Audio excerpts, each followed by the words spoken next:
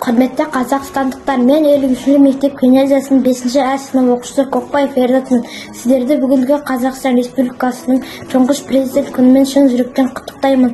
Көш бастаған президент, тәуелсіздік көкжебесін желбер етіп, көш басына ел мақтаған президент, сын сағатына еліне еңбек етіп, арманына қол жеткізген президент, қазағым деп соққан оның жүрегі отша қайнап лаулап жаным жүреді, халқымен болған бірге сәттерде аман болшы елім оның тілегі. Құрметті қазақстандықтар, мен нөмір 53-ші мектеп гимназиясының 5-А сынып оқушысы Ақылбекұлы Бақбердімін. Сіздерді бүгінгі Қазақстан Республикасының тұңғыш президент күнімен шын жүректен құттықтаймын. Тұңғыш қазақ президенті Нұраған. Сүйеу болған аналарға жылаған, тіреу болған балаларға құлаған, елін жерін арқалаған мына тұлға, тұңғыш қазақ президенті Нұраған.